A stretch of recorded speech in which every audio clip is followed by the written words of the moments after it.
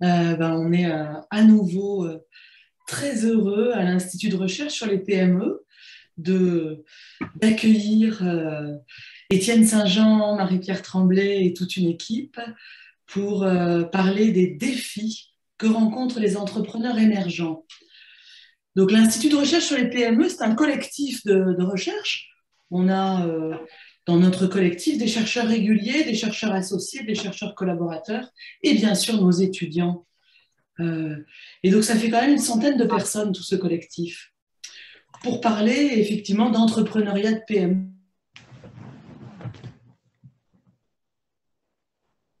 Et moi, ce que j'apprécie particulièrement de ces conférences, c'est le lien avec la pratique et donc les témoignages que nous aurons en complément. Parce que derrière les défis, il faut qu'il y ait des solutions ou des réponses. Donc, je suis très, très heureuse d'accueillir Étienne Saint-Jean, chercheur principal. Il est professeur à l'Université du Québec à Trois-Rivières, chercheur à l'Institut de recherche sur les PME. Et Marie-Pierre Tremblay, qui est à l'université, qui est professeure d'entrepreneuriat à l'Université de Laval et qui est dans cette recherche un élément très important, avec toute une autre équipe, mais je vous laisserai peut-être présenter l'ensemble de l'équipe parce que nous avons des étudiants, des collaborateurs, et c'est intéressant cette vision collective de la recherche, bien importante. Comme l'entrepreneuriat, la recherche est une affaire collective. Je vous laisse la parole, l'équipe.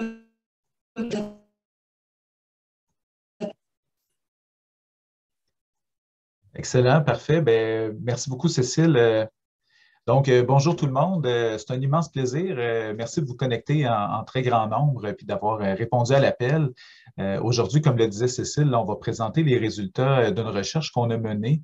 En fait, c'est une vaste étude qui regroupe plusieurs universités, plusieurs collaborateurs, plusieurs aussi partenaires de cette recherche-là.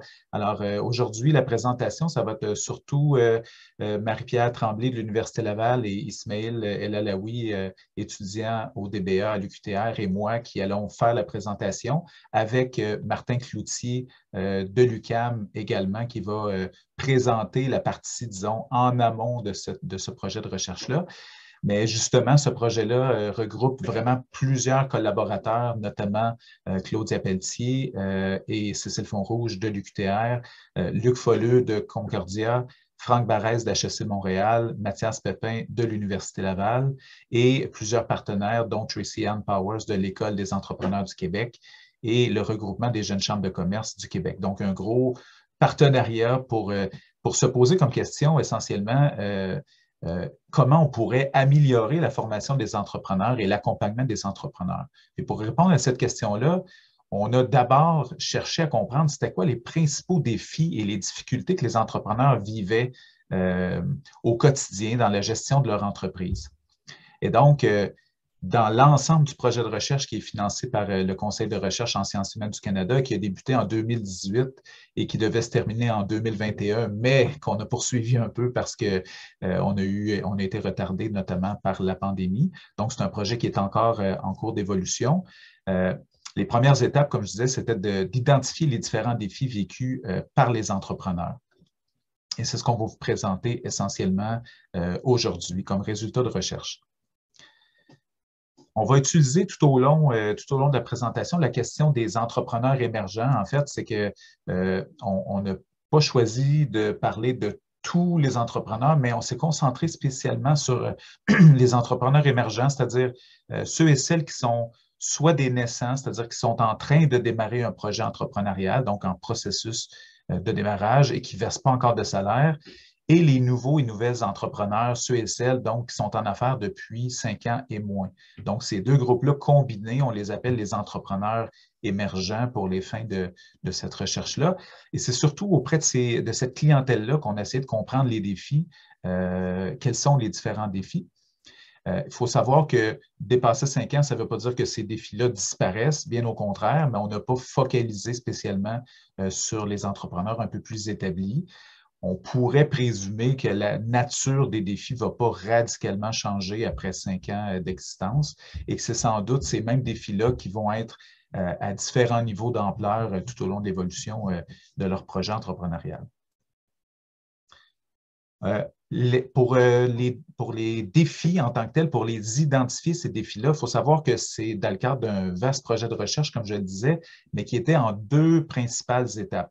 La première étape qu'on ne va pas vous présenter de fond en comble aujourd'hui, mais que Martin Cloutier va vous présenter, c'est une démarche qu'on appelle, dans le jargon de la recherche, une démarche inductive, c'est-à-dire qu'on a laissé parler le terrain de recherche, c'est-à-dire les entrepreneurs et les accompagnateurs, en leur demandant c'est quoi les principaux défis, c'est quoi les principales difficultés que vous vivez comme entrepreneur ou que vous percevez auprès des entrepreneurs que vous accompagnez.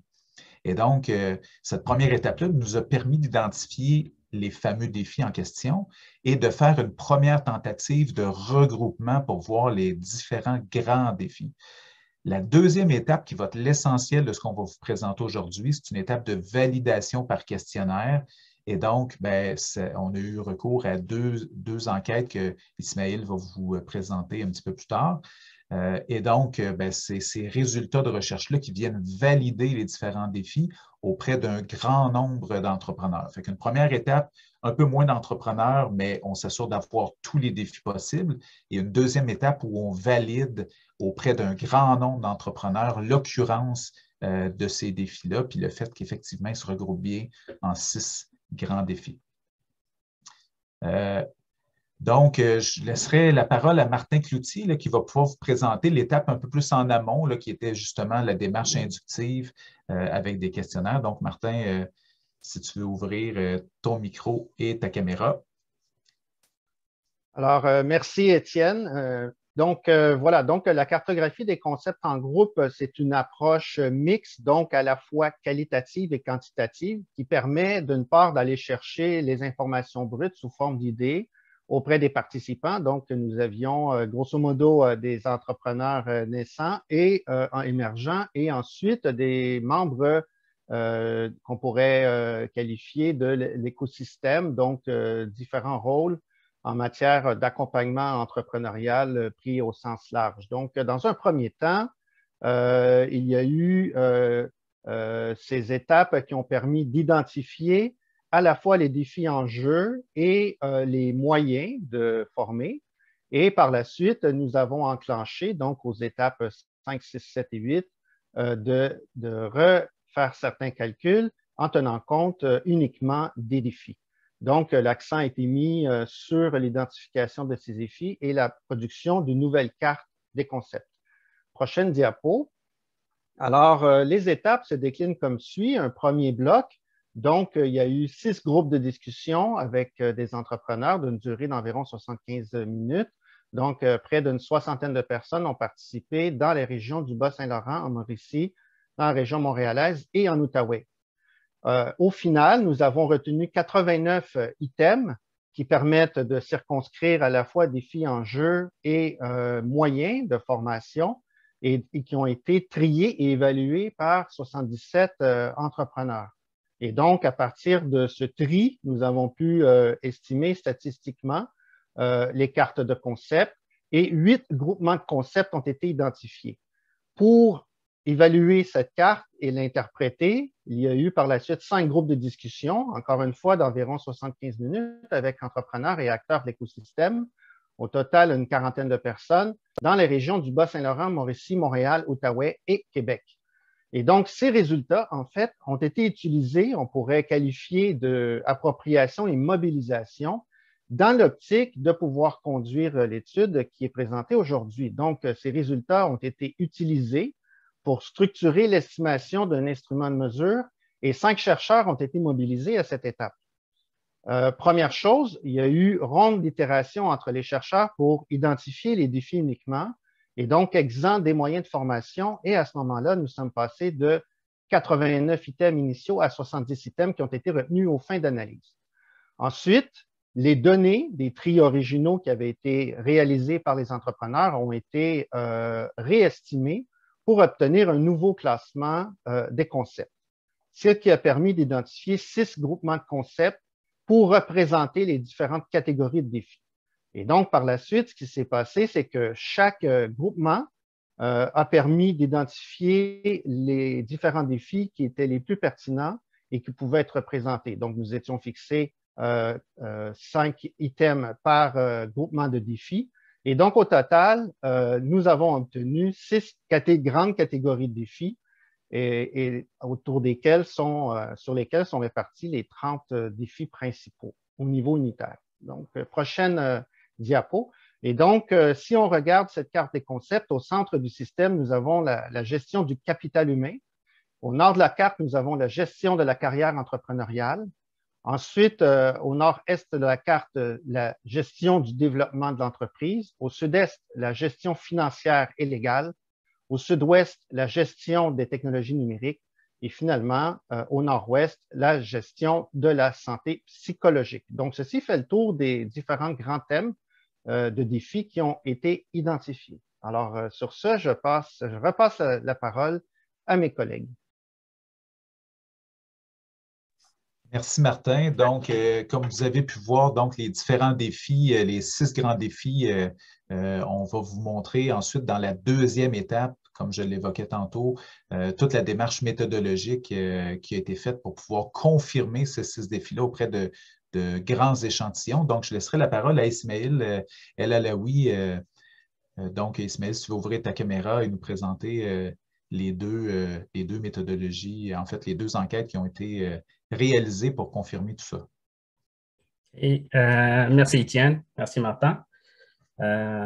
Donc, après avoir terminé l'analyse CCG, cartographie de concepts en groupe et tout, et après identifier les 6 groupes de défis que rencontrent les entrepreneurs émergents du Québec, nous avons procédé à la deuxième étape qui sert en fait à opérationnaliser les 6 groupes de défis et valider empiriquement les différentes mesures. Donc, pour ce faire, nous avons réalisé en fait 2 collectes de données. La première collecte a pour but de réaliser un pré-test. Autrement dit, donc, c'est tester la fiabilité et la validité convergente et divergente des différentes mesures et des défis.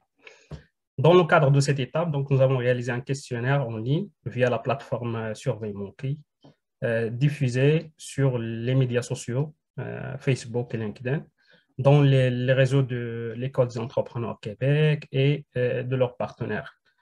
Donc, ainsi que donc, le résultage ou bien le réseau de l'équipe de recherche. Le nombre total des réponses collectées est de 226, un échantillon surtout féminin avec 53%, d'âge varié et majoritairement blanc,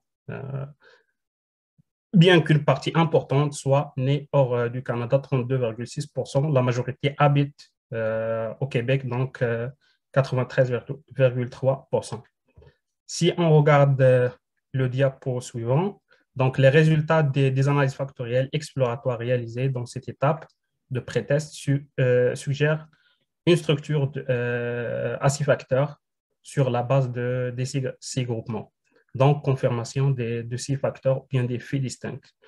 Aussi, les résultats nous ont amené à garder une structure à 6 facteurs dont l'ensemble des éléments convergent dans les groupements identifiés, mis à part 2 éléments qui convergent ailleurs. Donc, les coefficients alpha de convergence varient entre presque 0,7 et 0,9. Aussi, il y a une réduction d'un élément par groupement. Donc, nous avons obtenu 24 items à la fin des analyses du pré-test. Donc, pour la deuxième collecte, donc, elle sert à valider les résultats du pré-test. Donc, cette deuxième collecte est réalisée via l'entreprise Léger Marketing 360. Elle comptait presque 389 entrepreneurs.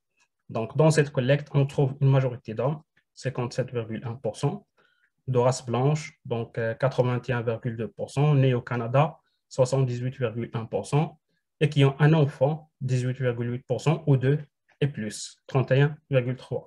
Résidents du Québec, 98%, âge moyen de 38 ans, varie de 18 à 62 ans, avec 66% gagnant entre $25 000 et 100 000 $ par an.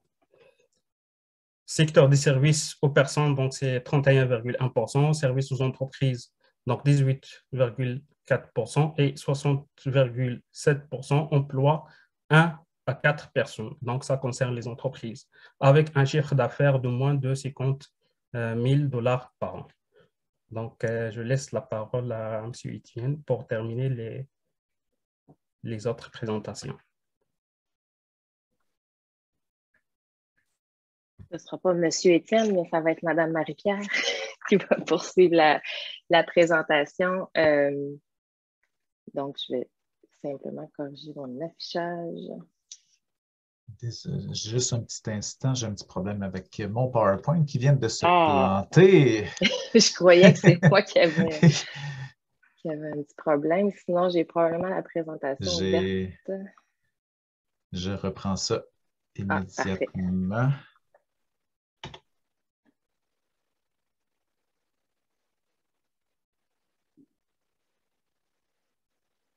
Voilà, désolé. Pas de souci. Ça devrait être bon. Oui, c'est très de mon côté, ça va. Alors, j'ai donc le plaisir de poursuivre pour revenir peut-être de façon un peu plus détaillée sur le contenu. Donc, on a évoqué 6 grandes catégories de défis, en fait, des entrepreneurs émergents que sont, comme Martin l'évoquait, la gestion du développement de l'entreprise, la gestion financière et légale, la gestion de la santé psychologique, gestion de la carrière entrepreneuriale, la gestion des technologies numériques et la gestion du capital humain. Donc, à l'issue finalement du projet, ces 6 grandes catégories-là sont retenues et confirmées. Et on peut passer à la prochaine diapo. En fait, si on revient de façon un peu plus détaillée finalement sur chacun des défis, on peut commencer par le premier défi, qui est celui de la gestion du développement de l'entreprise. Donc, en fait, ce défi-là regroupe une série d'items qui concerne finalement la planification des opérations et des services selon le développement du projet entrepreneurial, qui va concerner également la question de la maîtrise des fondements en gestion pour les entrepreneurs. Également, les défis spécifiques que représente chacune des phases de développement de l'entreprise, donc la capacité des entrepreneurs à identifier spécifiquement les défis relatifs aux phases et finalement, toute cette question du développement de la réflexion stratégique. Donc, l'ensemble de ces items-là viennent capturer finalement ce grand défi de gestion du développement de l'entreprise, qui est le première catégorie de défis. Le deuxième défi, son nom est assez explicite en fait et relatif à la gestion financière et légale de l'entreprise, que ce soit sur le plan de l'identification, par exemple, des outils pour gérer, faire la gestion financière dans son entreprise, les règles fiscales relatives également à l'organisation, les obligations dans le cadre, les obligations que ce soit juridiques, réglementaires, finalement tout ce qui encadre la dimension légale de l'entreprise et finalement toute la question de planification du financement des projets pour l'entreprise également font partie des éléments qui sont capturés dans ce deuxième défi.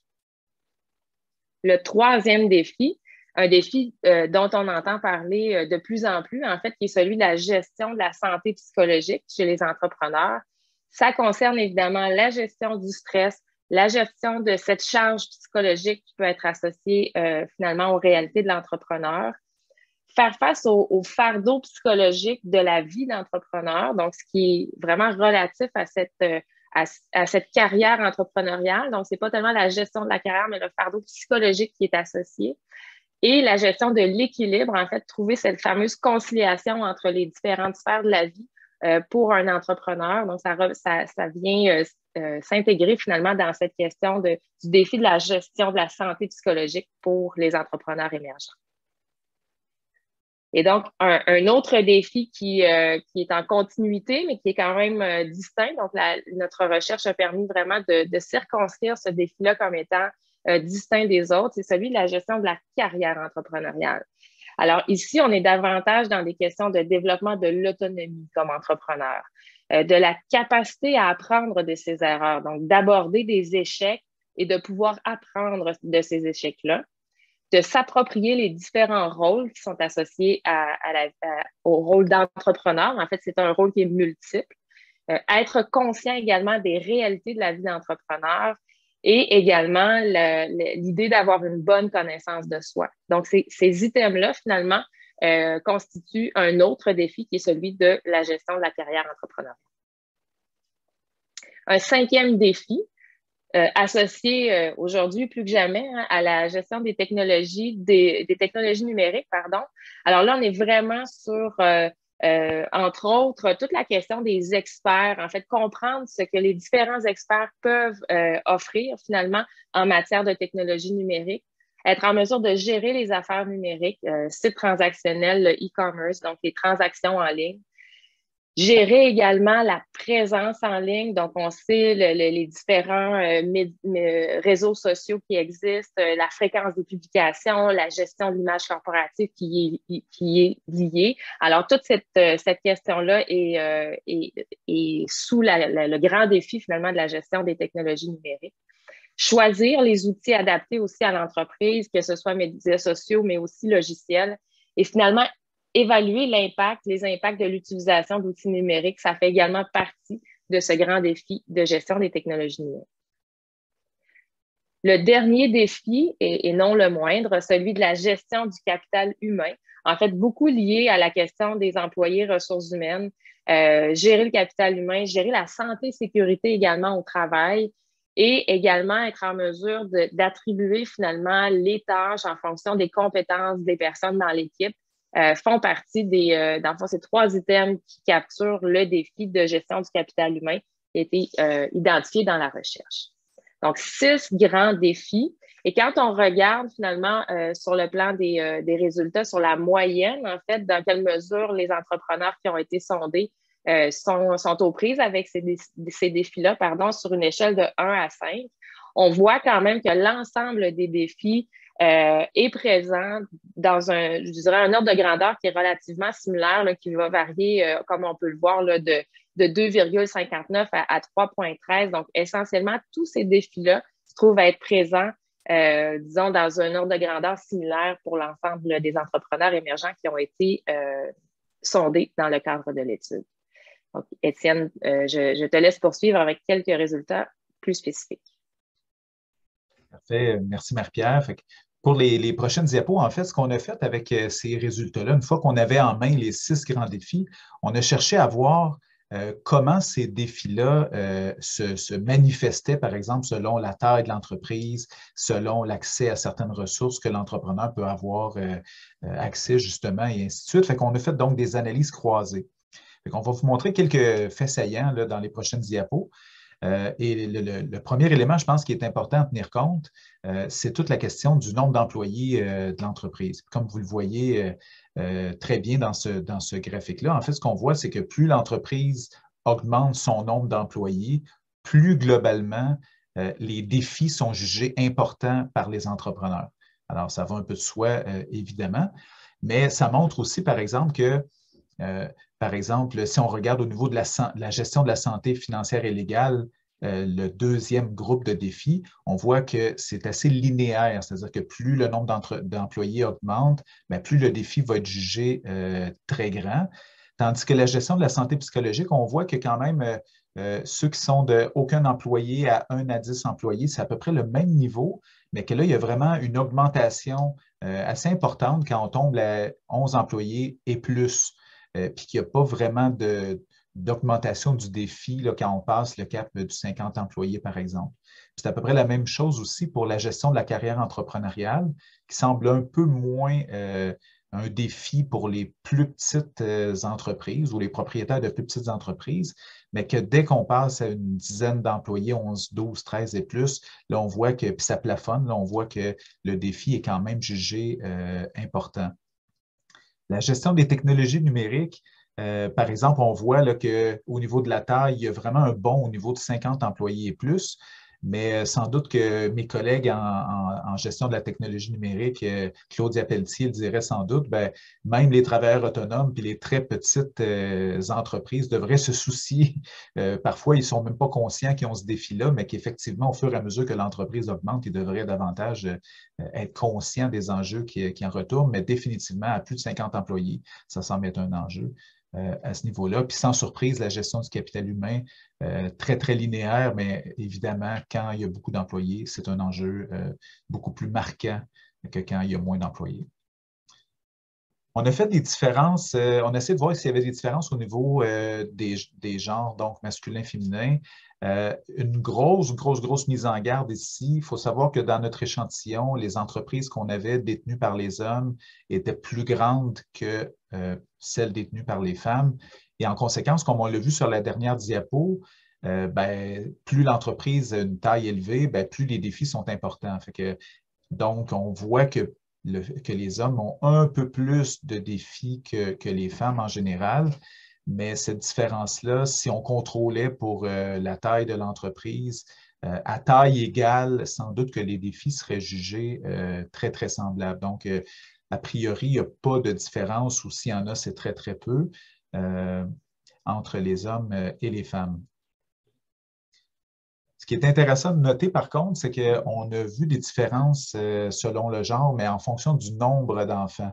Et donc, chez les hommes, par exemple, si on prend donc seulement les hommes, le fait d'avoir un enfant ou plus augmentait 4 des 6 défis. Donc, il estimait que le développement de l'entreprise, la santé psychologique, les technologies numériques et le capital humain devenaient un défi beaucoup plus grand à gérer pour eux que ceux qui n'avaient pas d'enfants. Évidemment, on présume que ce n'est pas l'enfant qui cause l'augmentation du défi directement, mais c'est sans doute que le fait d'avoir des enfants rend peut-être encore plus difficile la conciliation avec les sphères de vie personnelle pour les hommes, ce qui n'est pas le cas pour les femmes. Donc, les femmes, il n'y a pas de différence selon le nombre d'enfants. Et peut-être que les hommes de notre échantillon n'étaient peut-être pas suffisamment préparés à gérer justement ces différents défis-là au regard du fait d'avoir des responsabilités parentales, ce qui fait que ça augmentait la perception que les défis étaient beaucoup plus grands pour eux lorsqu'il y avait des enfants. Au niveau des ressources, ça, c'est un élément sur lequel on a focalisé, c'est que fondamentalement, ce qu'on se dit, c'est que plus les ressources devraient être disponibles pour les entrepreneurs. Puis par ressources, là, ce n'est pas seulement les ressources financières, mais les ressources de différents niveaux, notamment l'accès à des gens avec qui échanger, l'accès à des formations de qualité, et ainsi de suite. Là. Donc, vraiment une variété de ressources dans l'environnement. Bien, plus il y a accès à ces ressources-là, en principe, plus les défis devraient être petits et donc moins importants pour les entrepreneurs. D'abord, ce qu'on a cherché de voir, c'est est-ce que l'accessibilité de ces ressources-là était différente selon le genre. Comme on peut le voir, il n'y a pas d'énormes différences, mais assez globalement, on voit que les hommes semblent avoir plus accès aux ressources que les femmes. L'écart le plus grand est au niveau du soutien financier, des conditions adéquates, ce qui vient confirmer un peu ce qu'on sait depuis plusieurs années dans la littérature, où c'est plus difficile pour les femmes d'avoir accès à du financement pour développer leur entreprise.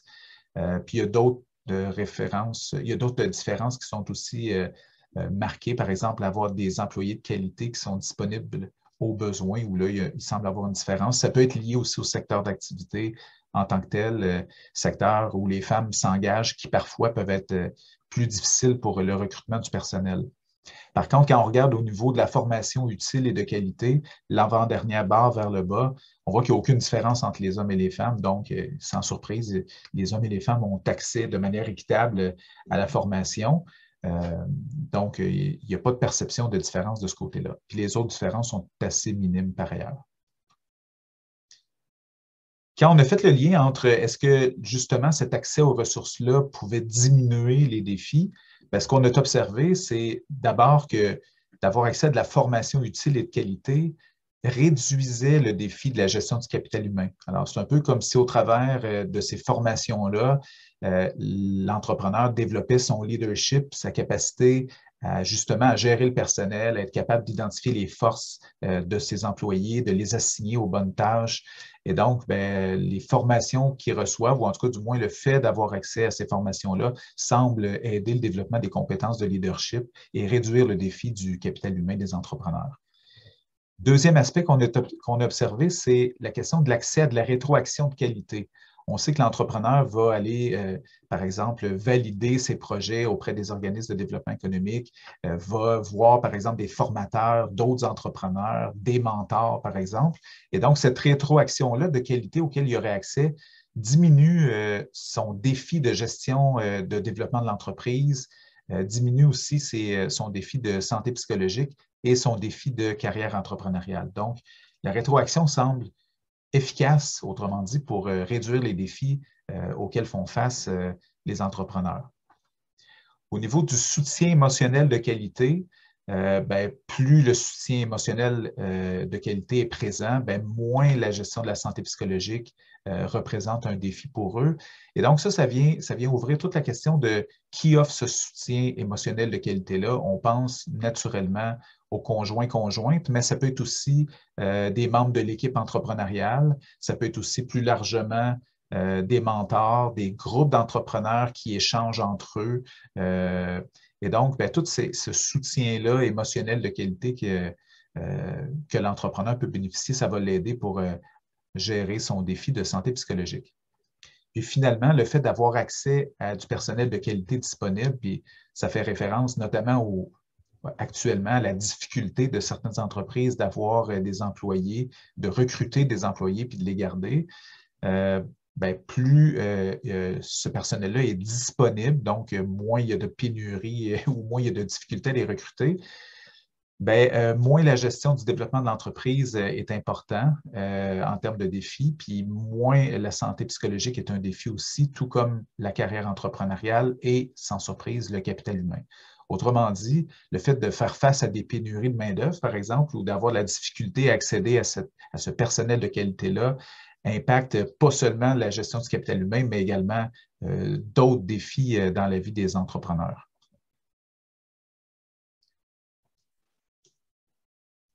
Bon, Marie-Pierre, si tu veux poursuivre.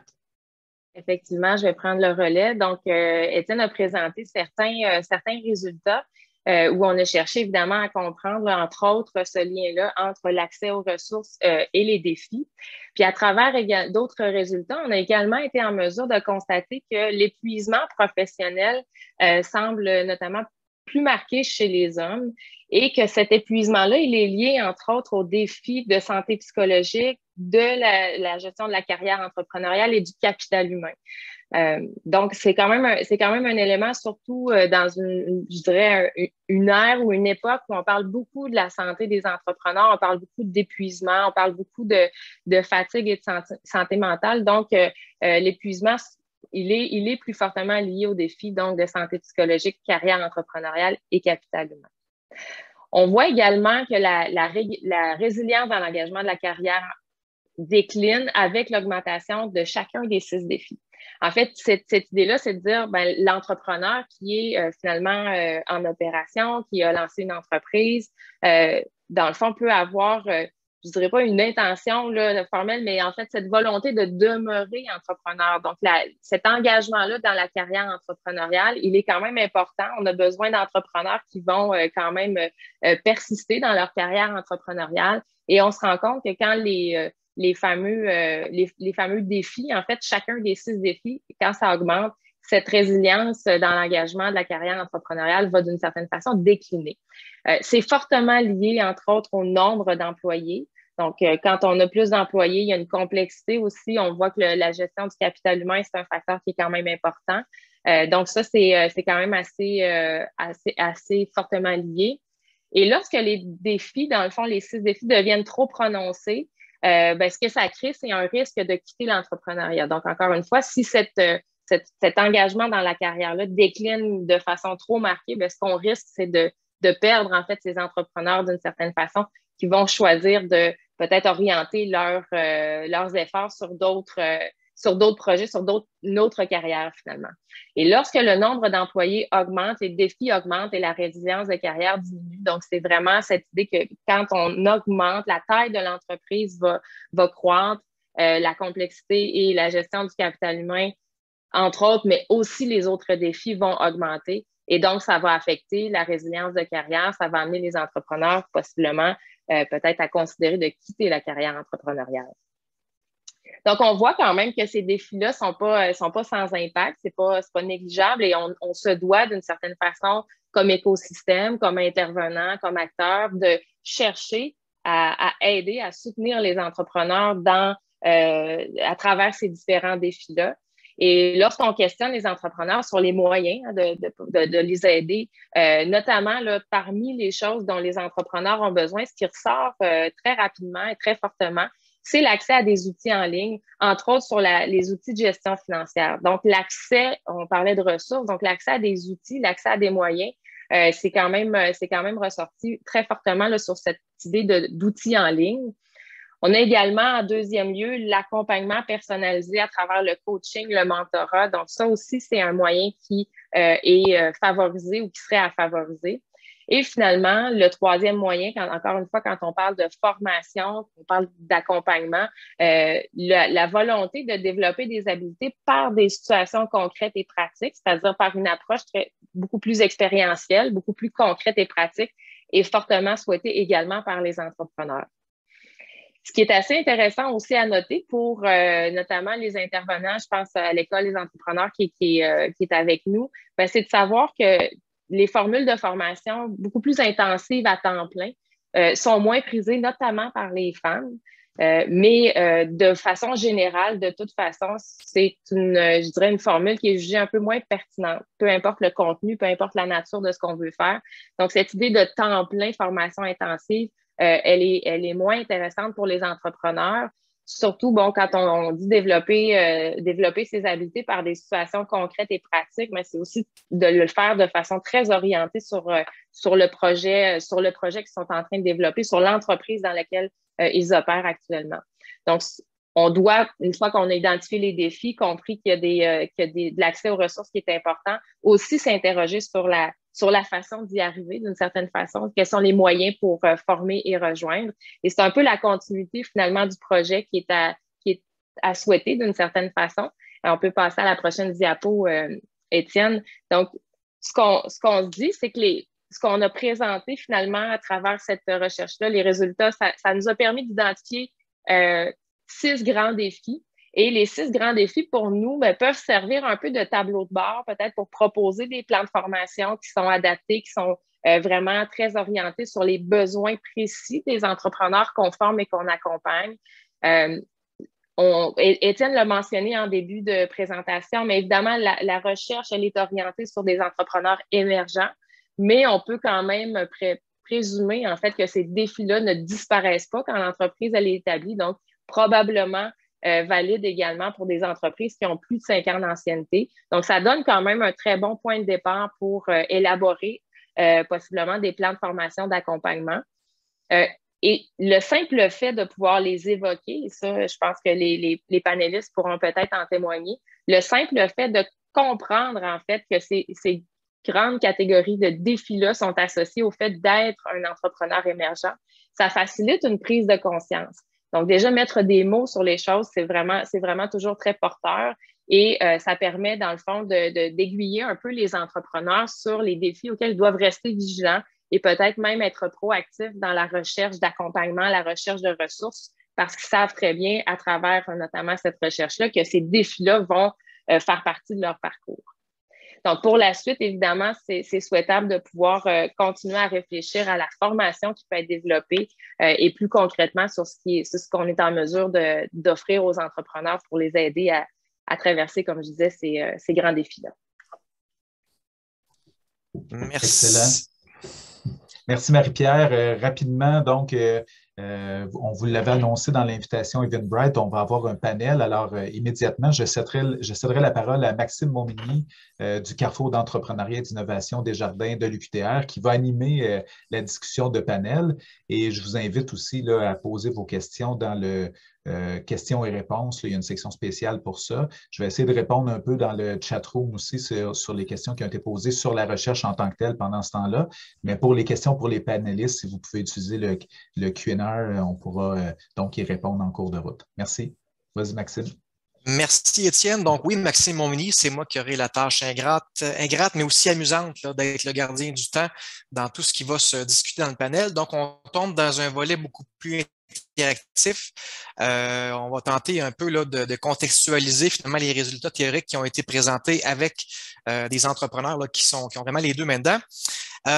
Donc, je commencerai par présenter nos panélistes, évidemment. Donc, Mme Cathy Pellerin, oui, qui est la fondatrice de Vis-à-vis Canada. Alors, bonjour, Mme Pellerin. Et aussi M. Boris Tellier, qui est le copropriétaire d'entreprise Muralux, qui va pouvoir nous en parler un petit peu plus tantôt. Donc, on va y aller comme tantôt Étienne nous expliquait. Si jamais vous avez des questions en cours de route, s'il vous plaît, utilisez le chat. On va essayer de ressortir les questions plus tard. Donc, je débuterai avec Mme Pellerin. Donc, expliquez un peu votre parcours, puis comment les résultats, on parlait tantôt de 6 défis, comment ces défis-là vous ont vraiment impacté, vous, au niveau de l'entreprise? Oui, bonjour, merci pour l'invitation. Dans le fond, en regardant l'étude, les 6 défis, dans le fond, c'est ça. La première chose que je me suis rendu compte, c'est wow, vraiment, je n'avais même pas compris la grandeur des défis auxquels je fais face depuis le début de mon entreprise. Et donc, moi, par exemple, je n'ai pas commencé avec une équipe. Je suis toute seule et je viens juste récemment d'avoir mon premier employé. Et donc, c'est sûr que les défis étaient assez énormes. Côté, par exemple, la gestion de la santé psychologique, parce qu'on a peur, par exemple, de parler de ça ou de se montrer peut-être faible quand on ne veut pas dire, ou peut-être ça va mal, ou je ne comprends pas comment faire ça. Et on a le sentiment que quand on est entrepreneur, il faut être toujours prêt à dire oui et toujours savoir comment faire tout. Et donc, juste de verbaliser les choses et de voir que, par exemple, c'est la première fois que j'entends parler de la carrière entrepreneuriale. Et je trouve que ça, c'est vraiment super important parce que c'est tout un défi, c'est avoir une entreprise, être déjà expert dans notre domaine, c'est déjà compliqué, dépendamment de quel domaine on se trouve, c'est toujours des défis reliés à ce qu'on fait déjà. Mais en plus, il faut gérer la carrière d'entrepreneur pour laquelle on n'est vraiment pas, dans le fond, on n'a pas étudié pour être entrepreneur. Donc, c'est sûr qu'on est tombé devenu, on est entrepreneur parce que c'est ça qu'on fait, c'est ça comme ça s'appelle. Mais on n'est pas étudié. Dans le fond, on n'est pas là et on rencontre tous les défis, mais on ne sait pas comment ça s'appelle. On comprend qu'on ne comprend pas, mais on ne comprend pas pourquoi ni comment se prendre pour bien agir. Donc, pour moi, ça a été vraiment wow de voir tout ça et voir comment j'ai vraiment fait face à tous ces défis à différents moments aussi. Et c'est sûr qu'une fois que quand on commence, on ouvre notre entreprise et on se voit dans une situation où on agit très vite. Donc, on ne pense pas nécessairement, on ne fait pas nécessairement de se poser les bonnes questions au bon moment. On dit, oh, j'enregistre une entreprise, comment, mais je vais aller comme ça ou comme ci.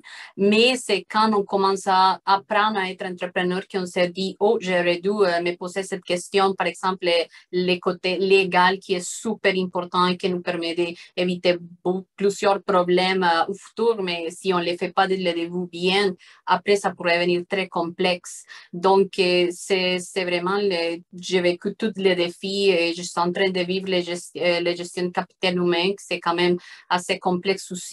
Et donc, je trouve tout ça super intéressant et vraiment, merci. Merci, Cathy. Ce que je retiens, c'est que dans le fond aussi, les études viennent aider à mettre des mots sur des situations qu'on peut vivre là, des fois au quotidien en tant qu'entrepreneur. Super. Merci beaucoup. Je passerai le micro à M. Boris Tellier.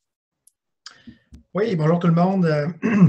Ben moi, c'est un petit peu un portrait différent de celui de Cathy. Moi, je me suis joint à une équipe déjà en place. L'entreprise Muralux a maintenant 5 ans. La première année était une année de mise en place, donc une année test, on va dire. Puis moi, j'ai rejoint l'équipe en 2019.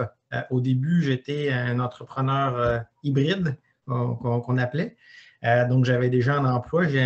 Mon passé dans le domaine bancaire et dans le développement économique. Fait que moi, j'ai côtoyé des entreprises et des entrepreneurs pendant toutes mes années avant de devenir moi-même entrepreneur. Je faisais de l'accompagnement.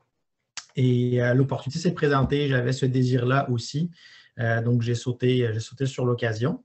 Je vais rejoindre un peu ce que dit Cathy aussi. Là, c'est des fois, on ne prend pas souvent le temps de s'arrêter. Ça va vite. Et ça fait du bien de temps en temps de se dire, bon, c'est quoi tout ça, tous mes besoins que j'ai. Et c'est le défi, c'est que souvent, on n'est pas conscient de nos besoins parce qu'on ne les connaît pas.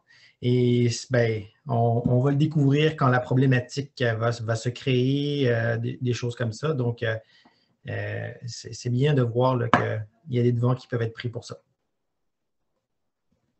Excellent. Mais ce que je retiens aussi, c'est que autant, Boris, avant, tu faisais beaucoup de suivi d'entreprise. Quand on a sa propre entreprise, des fois, son propre suivi personnel, se regarder soi-même, comment ça se passe? C'est pas évident, honnêtement, parce qu'habituellement, j'avais un œil qui était extérieur, critique. Aujourd'hui, j'ai les deux mains dedans. Fait que je m'occupe entre autres aussi de la gestion des commandes, des opérations qui entrent. Donc, c'est pas évident de pouvoir prendre un pas de recul. D'où l'importance de ne pas hésiter à se faire accompagner. Il ne faut pas penser qu'on peut être bon tout seul dans tout. C'est impossible. Et d'où l'importance là, d'être capable de dire, bon, j'ai des besoins dans tel. Où est-ce que je suis bon? Où est-ce que je suis moins bon? Et dans ces points-là, comment je suis capable de me faire accompagner et de m'améliorer? Ça, c'est primordial, parce que sinon, on peut vite s'y perdre. Là. Donc, avoir une certaine humilité au niveau de ses compétences, puis si jamais il y a une lacune, ben, au moins se faire aider. Je transférais un peu ici à Mme Marie-Pierre, M. Ismaël et Étienne, et aussi peut-être André, si vous avez dans le fond des questions à poser à nos panélistes.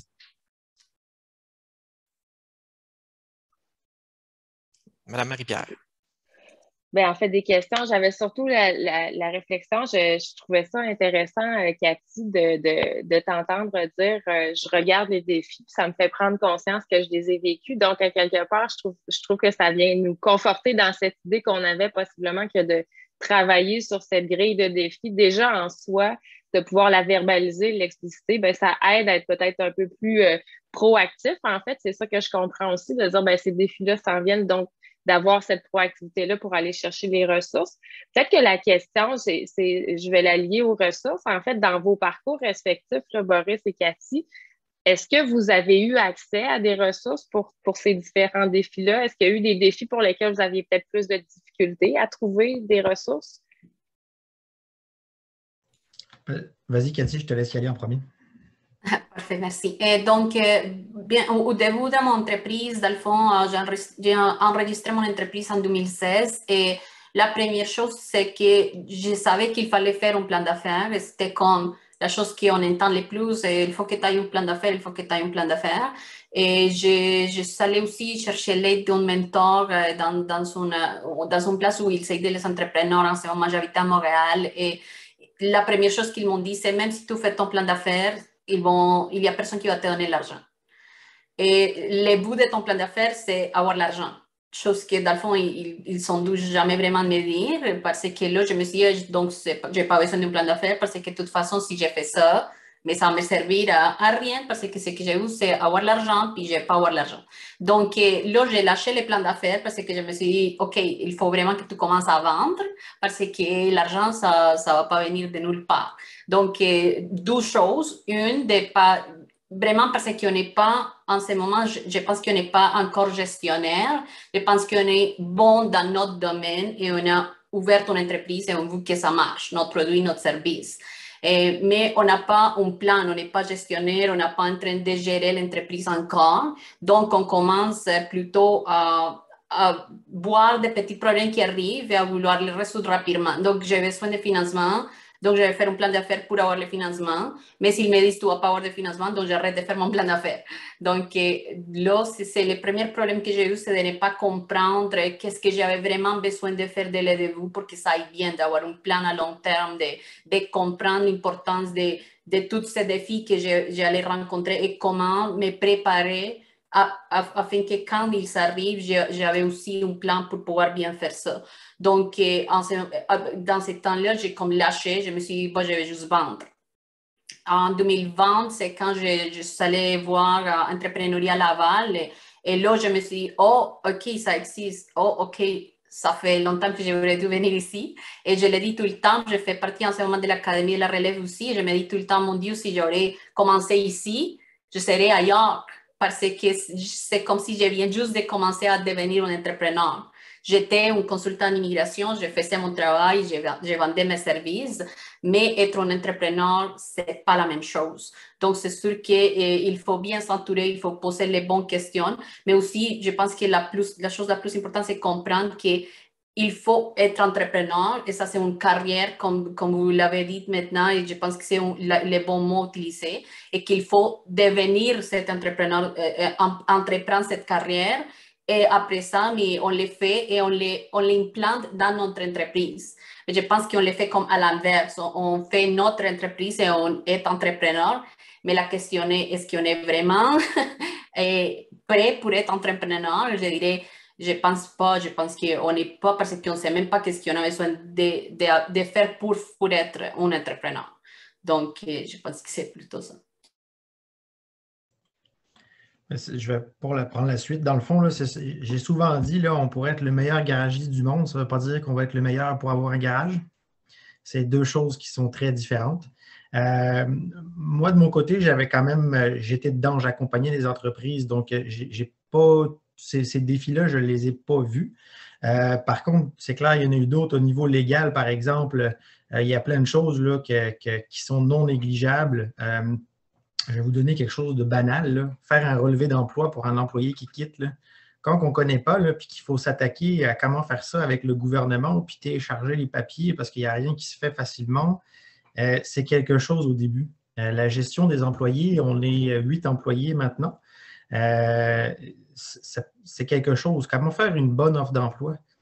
Comment être capable d'attirer du monde? Comment être capable de faire en sorte que le monde reste, ce qui est un défi aujourd'hui aussi.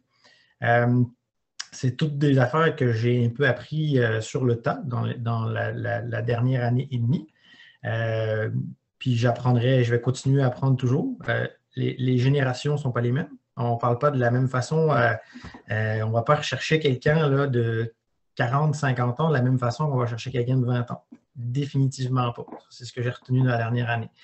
Donc, c'est un petit peu tout ça, les différents défis. Le numérique aussi. Ce point-là, je ne m'en étais pas aperçu. Puis quand on a fait un petit peu préparer le panel et que j'ai dit, wow, c'est vrai, numériquement parlant, là, on a fait beaucoup d'étapes dans la dernière année. Avant, c'était fichier Excel puis courriel pour gérer des commandes. Maintenant, on a un logiciel de production qui est capable de faire tout suivre le tout, mais il faut mettre ça en place. Il ne faut pas mettre ça en place quand c'est rendu trop gros puis qu'on a perdu le contrôle parce qu'on n'y arrivera pas. C'est quand le bon moment de le faire? C'est toutes des questions, là, justement, qui est, bon, à partir de quand là, je vais être capable de dire, bon, j'ai besoin de quelque chose. Et ce n'est pas toujours évident de se le dire, au même titre qu'un exemple très concret, un employé. On commence à avoir des ventes, on commence à être un petit peu dans le jus. À partir de quand je dis, là, j'ai besoin de quelqu'un? J'ai besoin de quelqu'un pour pouvoir me rendre plus loin, sinon je stagne. Et ce bout-là, d'engager quelqu'un au début, ben, ça va être une dépense qui va nous rapporter après. Mais d'avoir ce moment-là, c'est quand le bon moment? Il n'y a pas personne qui peut le dire. Fait qu'il faut se faire confiance, il faut croire en nos moyens, en nos capacités pour pouvoir aller de l'avant. Mais c'est tout ce genre de choses qu'on se pose comme question. Et ultimement, on est pas mal tout seul là, pour pouvoir y répondre. Là. Donc, c'est ça. C'est intéressant de pouvoir repasser par ces points-là. Puis ces 6 points qui sont vraiment très d'actualité et très en demande. Puis un peu comme Cathy, là, moi, la gestion de la carrière entrepreneuriale, je ne me suis jamais posé la question.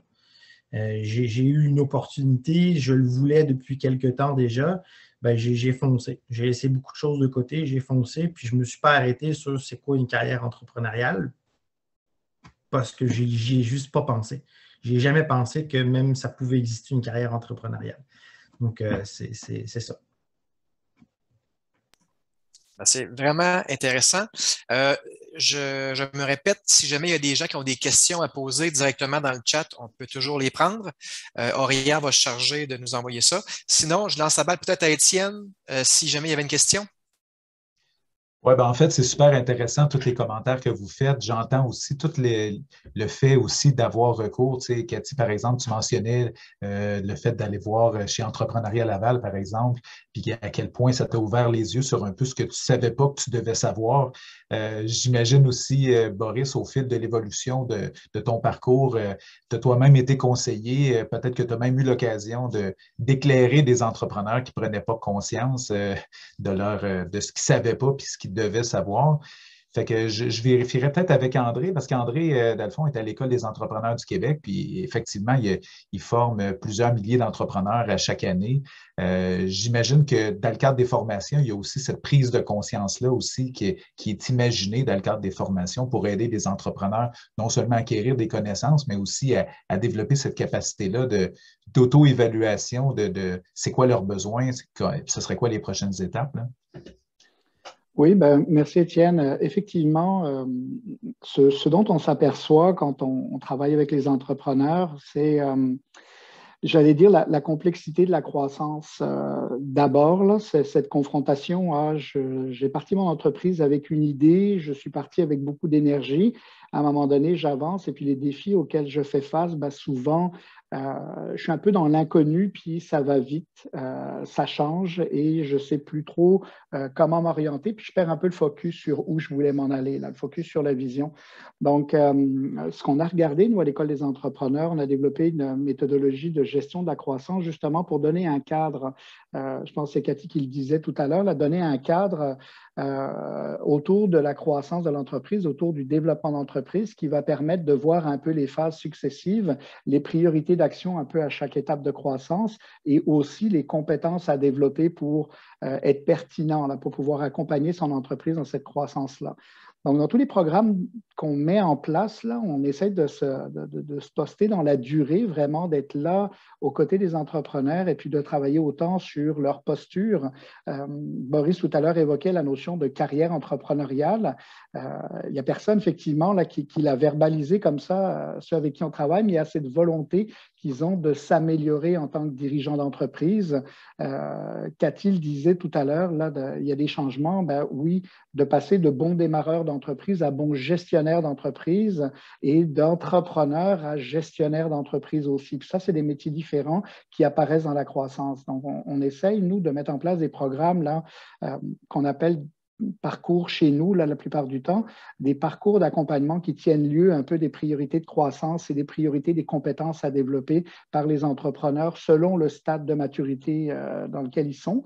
Puis aussi, ben, d'être attentif beaucoup là, avec des outils comme des tests psychométriques, des autodiagnostics des compétences et autres sur qu'est-ce qu'ils ont envie de développer, sur quoi ils ont envie de se développer pour justement pouvoir progresser, pouvoir continuer.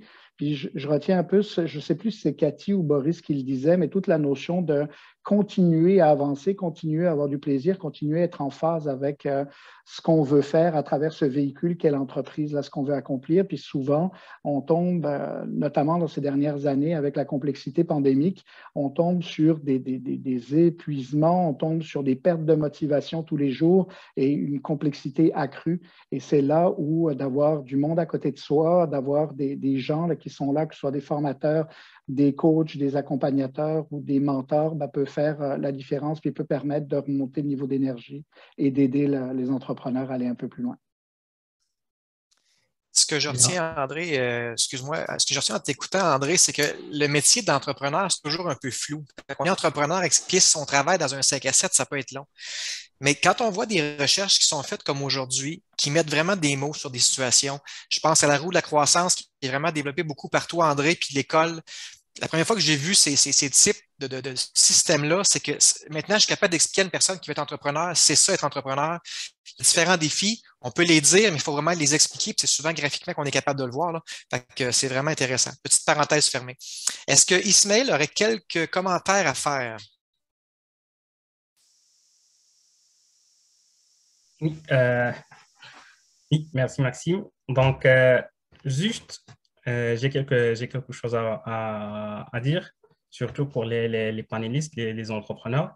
Donc, on voit surtout un changement, en effet, qu'on pourra associer à leur identité, qui, au début, ils ont une identité de fondateur, et qu'il y a des défis appropriés à cette identité, puis on voit aussi un progressivement vers une autre identité de manager et de gestionnaire.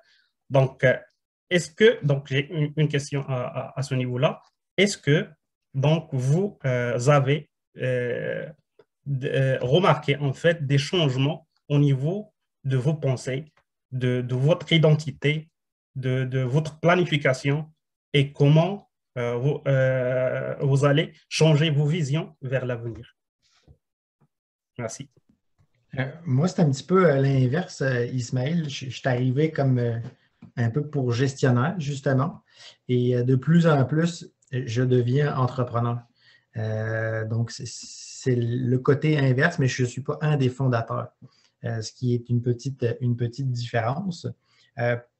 Par contre, ça reste que c'est très différent de mes autres emplois que j'ai eus. L'entreprise, de plus en plus, bien, ça devient mon bébé à part entière en plus des fondateurs. C'est le côté inverse, moi, de ce côté-là. Puis je pense que je ne souhaite pas que ce côté entrepreneur disparaisse parce que ça occupe beaucoup de temps, ça occupe beaucoup l'esprit en permanence, en fait. On y pense constamment ou presque, mais pour le moment, je n'ai pas d'aversion par rapport à ça. Au contraire, j'aime ça. J'aime ce côté-là. Puis, il faut être prêt à ça pour pouvoir se lancer. Ça, c'est très important. Il faut être prêt à se dire, ben, le vendredi à 5 heures, on va y penser encore. Là. Puis le samedi, là, on va probablement y penser encore. Puis c'est constamment dans un but d'amélioration. Et des fois, c'était comme, hey, c'est vrai, je n'ai pas pensé à ça, je pourrais faire ça. Fait que je me prends des notes moi-même ou je m'envoie moi-même des courriels pour dire, hey, oublie pas ça. Parce que c'est constant. C'est en permanence. Puis pour revenir un peu à ce que disait André au niveau de la croissance, c'est rapide qu'on ne prenne pas le temps de lever la tête, de lever les yeux, parce qu'on est pris dans notre quotidien. Ça peut prendre beaucoup de temps, mais c'est important, à un moment donné, d'être capable de prendre un petit pas de recul puis de se dire, bon, OK, c'est quoi mes besoins aujourd'hui? C'est vers où je m'en vais? Faire un plan stratégique peut paraître un peu farfelu au début, là, quand on est une petite entreprise. C'est important. Où est-ce que je veux aller? Est-ce que je suis bien dans mes pantoufles actuellement? Puis, je n'ai pas envie de grossir parce que ça peut être la réponse aussi. Ou au contraire, je veux aller plus loin. Puis, si je veux aller plus loin, c'est quoi le chemin que je vais devoir parcourir pour y aller? Ça, ce bout-là, puis c'est ce qu'ont fait mes deux partenaires. En fait, ils auraient pu rester où est-ce qu'ils étaient, puis c'est pas du tout l'ambition qu'ils avaient. Ils ont accepté de se diluer. C'est pas tout le monde qui est prêt à faire ça pour que j'embarque. Donc, c'est une question de vision et il faut se poser la question quand on se démarre, c'est quoi la vision que j'ai par rapport à mon entreprise? Merci. Cathy, est-ce que tu voulais rajouter quelque chose là-dessus? Ben oui, dans le fond, c'est sûr que quand moi, j'ai commencé mon entreprise, j'étais un peu, je me disais, j'ai vu quand même à Warumbi. Donc, ça sonnait très bizarre. Ça fait 5 ans quand même. Ça fait pas si long que c'était comme tabou de dire ça. Et j'avais beaucoup de gens qui se moquaient de moi et me disaient, oh, mais mon Dieu, tu peux pas avoir une entreprise et pas travailler de lundi à dimanche pendant que tu dors et tout ça. Mais je me suis dit, regarde, si c'est ça, c'est pas une vie et je veux pas ça. Donc, c'est sûr qu'on s'est dit, mon rêve, c'est d'être, beaucoup de gens disent, je veux ouvrir une entreprise parce que je veux être libre, mais ils ne se donnent pas les moyens de faire ça non plus. Et donc, je pense que des fois, apprendre à dire non dès le début, de comprendre vraiment comment tu veux gérer ton entreprise et ne pas voir les autres, parce que c'est sûr que dans nos sociétés aujourd'hui, mais on voit tout le monde puis on se juge nous-mêmes. Donc, c'est pas facile de dire, regarde, moi, je vais ouvrir une entreprise et je vais fermer samedi, par exemple. Mais moi, dès le début, je l'ai fait. J'ai eu 2 téléphones. J'ai eu un téléphone personnel, j'ai eu un téléphone pour mon entreprise. Et c'était vraiment bizarre. Tout le monde me disait, mais ça n'a aucun sens, mais pourquoi tu fais ça? J'ai dit, mais c'est ma vie personnelle et c'est mon entreprise. C'est une autre chose. Je vais faire une ligne parce que sinon, je ne vais pas juste dormir, je ne vais pas avoir une vie et ça ne marche pas. Donc, c'est sûr que ça va dépendre beaucoup de nous-mêmes, de mettre la ligne à quelque part, de ne répondre pas le téléphone la fin de semaine, même même à toi-même quand toi-même te dis, ah, fais ça, mais non, fais pas ça. Mais c'est pas facile, c'est vraiment difficile. Mais il faut le faire et il faut être conscient du fait qu'on est entrepreneur, qu'on est consultant ou qu'on est n'importe quoi ingénieur, je ne sais pas ta profession, mais qu'on est aussi une personne et qu'on est à l'extérieur de ce du poste qu'on a et qu'on choisit d'être, dans le fond, un membre de notre famille, etc. Et je pense que maintenant, en 2021, ça a beaucoup changé. J'entends beaucoup plus les gens dire, ah, mais tu peux avoir un billet ou tu devrais avoir un billet, tu devrais penser à toi. Et c'est important. Donc, je pense que tu peux quand même être entrepreneur et être aussi n'importe quoi d'autre, mais il faut que toi-même aies la volonté de gérer ça et de mettre les lignes et de respecter toi-même tes propres règles, hein, parce que c'est nous qui donnons l'exemple et d'habitude, c'est nous-mêmes qui commençons à donner les mauvais exemples. Donc, c'est possible, mais il faut vouloir et il faut comprendre, il faut aussi être prêt à dire non. Et moi, je pense qu'en tant qu'entrepreneur, c'est une des choses les plus difficiles à apprendre. On veut toujours dire oui à tout parce qu'on dit, il faut que je vende, tout le monde est un client, tout le monde sait oui, oui, oui. Mais c'est pas vrai. Et c'est une des choses qu'on apprend, que j'ai appris, par exemple, avec l'académie et tout. C'est pas tout le monde qui est mon client. C'est pas tout le monde. Mais c'est pas facile à dire ça et à accepter. Moi, je vais dire non à ça. Ça, c'est compliqué. Mais une fois, je pense qu'on apprend à être vraiment entrepreneur, à dire non, à dire oui à qu'est-ce que je veux. Est-ce que ça s'aligne avec ce que je veux aller avoir avec mes objectifs et tout. OK, si c'est oui, c'est oui. Mais si c'est non, mais il faut dire non, au moins que tu décides, OK, c'est une bonne idée et je vais pivoter vers ça, mais donc il faut que tu dises non à d'autres choses. Et donc, c'est ça aussi, hein, c'est une balance, c'est prendre des décisions et des fois, c'est ça qui est le plus difficile, c'est les décisions qui viennent avec l'effet d'être entrepreneur. Merci encore, Cathy. Étienne, un commentaire? Absolument. En fait, je trouve ça fantastique de vous entendre parce que ça vient me conforter aussi dans les résultats qu'on a trouvés grandement. En fait, dans les 6 grands défis, là, il y a 4 des 6 défis qui, généralement, sont enseignés dans les écoles de gestion. Hein, gérer le personnel, gérer la technologie, à la limite, on peut l'enseigner, gérer le développement de l'entreprise, tout ça. Mais tout l'aspect qui touche le développement de la carrière entrepreneuriale puis la gestion de la santé psychologique, c'est complètement absent. C'est à moins d'avoir des cours en entrepreneuriat, puis là, vraiment, dans certaines universités, à quelques endroits, mais sinon, c'est à peu près absent, cette idée-là. Fait que les gens se lancent en affaires, n'ont pas réfléchi à comment ils vont développer leur carrière, parce que tu démarres au début, tu es tout petit, mais là, tu as une croissance de l'entreprise. Comment tu vas envisager ton développement professionnel pour t'assurer de demeurer pertinent comme entrepreneur tout au long de l'évolution de ton entreprise? Alors, il faut y réfléchir. Puis comment tu le disais, Cathy, très bien, bien, comment à un moment donné aussi dire OK, j'en ai assez fait, puis là, c'est une question d'équilibre. L'entrepreneur peut toujours en faire plus mais à un moment donné, s'il en fait plus, il arrive à un moment donné où justement, il s'épuise, puis là, il ne fait plus rien. Puis il ne fait plus rien de bon, puis des fois, il ne s'en rend même plus compte.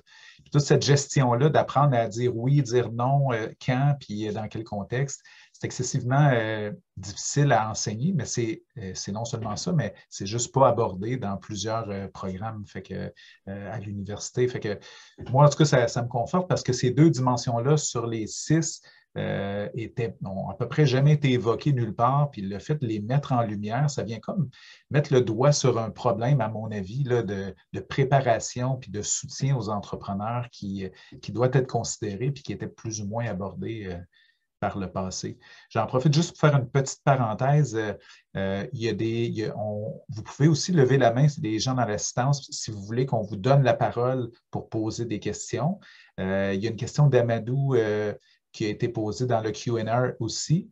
Si Amadou, tu préfères qu'on te passe la parole, je pense que ta main était aussi levée, fait qu'on pourra, Auria pourra gérer et donner la parole selon ce que Maxime va décider. Merci.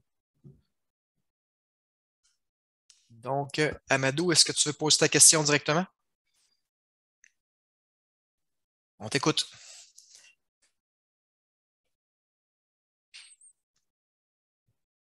Tu dois ouvrir ton micro, Amadou, on ne t'entend pas.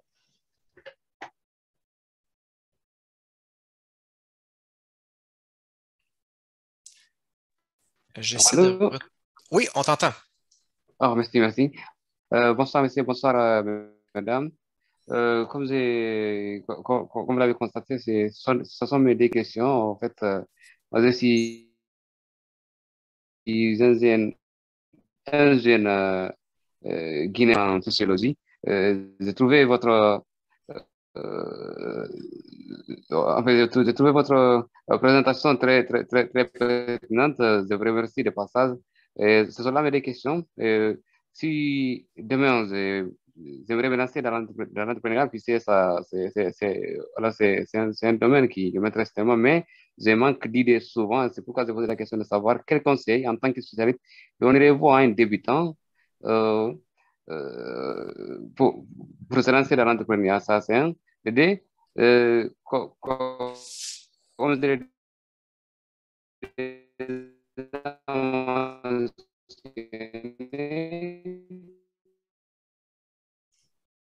est-ce que vous avez à confronter en étudiant ces défis? Est-ce que vous avez à confronter à d'autres, je ne sais pas, excusez de bug tellement, est-ce que vous avez à les comparer dans un autre contexte, pourquoi pas dans un autre pays? C'est cela mes deux questions, si vous les avez bien saisies. Je vous remercie. Juste pour résumer un petit peu, parce que la ligne était mauvaise, je pense, là. Première question, c'est quels étaient les conseils au niveau du démarrage? Est-ce que c'est bien ça que j'ai compris? Oui, c'est ça, oui, bien sûr, bien sûr. Parfait. Boris ou Cathy, si vous voulez y répondre? Ouais, je peux y aller. La première, c'est d'oser, puis pas attendre que tout soit parfait pour se lancer, sinon vous ne vous lancerez jamais. Puis juste bien se renseigner, bien pas partir non plus n'importe comment, juste savoir certaines bases, se renseigner, demander de l'aide. C'est bien important. Comment on crée notre entreprise, peu importe où on est, il faut faire ça. C'est quoi les meilleures fiscalité à adopter? Est-ce que c'est travailleur autonome? Est-ce que c'est d'être incorporé? Il existe quand même beaucoup de ressources pour faire ça, que ce soit dans le développement économique, que ce soit à Trois-Rivières, je pense à la zone entrepreneuriale, l'école des entrepreneurs. Il y en a plein qui sont capables. Il y a beaucoup de ressources aujourd'hui pour se faire orienter sur ces choses-là. Maintenant, ben, c'est ça. Il ne faut pas attendre que tout soit parfait pour pouvoir se lancer, sinon on ne se lancera jamais. Et moi, dans le fond, je dirais la première chose et la plus importante, c'est de vous connaître. C'est fou comment on ne se connaît pas, comment on est vraiment habitué à juste faire ce que les autres font, nous comparer aux autres personnes et on vit tellement de choses dans notre vie et on est différent à plusieurs moments de la vie. Donc, avant de vous lancer, je pense que c'est très important de faire une bonne analyse de qui on est en ce moment, de où on veut vraiment aller et comment on aimerait y arriver. Est-ce qu'on préférerait aller toute seule? Est-ce qu'on a nécessairement assez pour le faire toute seule? Sinon, avec qui? Et quelle sorte de personne avez-vous d'embarquer dans votre entreprise, dans votre projet? Parce que fois, c'est aussi, moi j'ai une amie, moi j'ai une personne de ma famille, mais ce n'est pas la personne qu'il vous faut non plus. Et il faut faire une analyse et bien comprendre qui on est, par où on veut aller, et après avec qui, est-ce qu'au début on le fait toute seule, et si oui. Donc, c'est vraiment important d'aller chercher l'aide extérieure, des mentors. Et il y a même en ligne, dans le fond, si vous êtes, je ne sais pas où, et vous pouvez pas aller voir quelqu'un en personne, mais vous pouvez le faire quand même en ligne, de faire des petits cours en ligne de comment marche l'entrepreneuriat, qu'est-ce qu'il faut tenir en compte pour la région où vous vous situez, comment ça marche, mais de quand même avoir l'information que vous avez besoin d'avoir en main, combien ça va coûter, parce que c'est fou combien de nous, en tant qu'entrepreneurs, on ne charge pas le bon prix pour notre affaire ou de vous parce qu'on n'a pas fait le devoir de comprendre combien ça coûte. Donc, c'est fou, c'est des petites choses qui sont vraiment importantes, mais quand on commence, c'est trop tard parce que quand tu commences, les factures rentrent et tu oublies tout. Tu t'arrêtes pas à penser, oh, mais maintenant, combien je charge?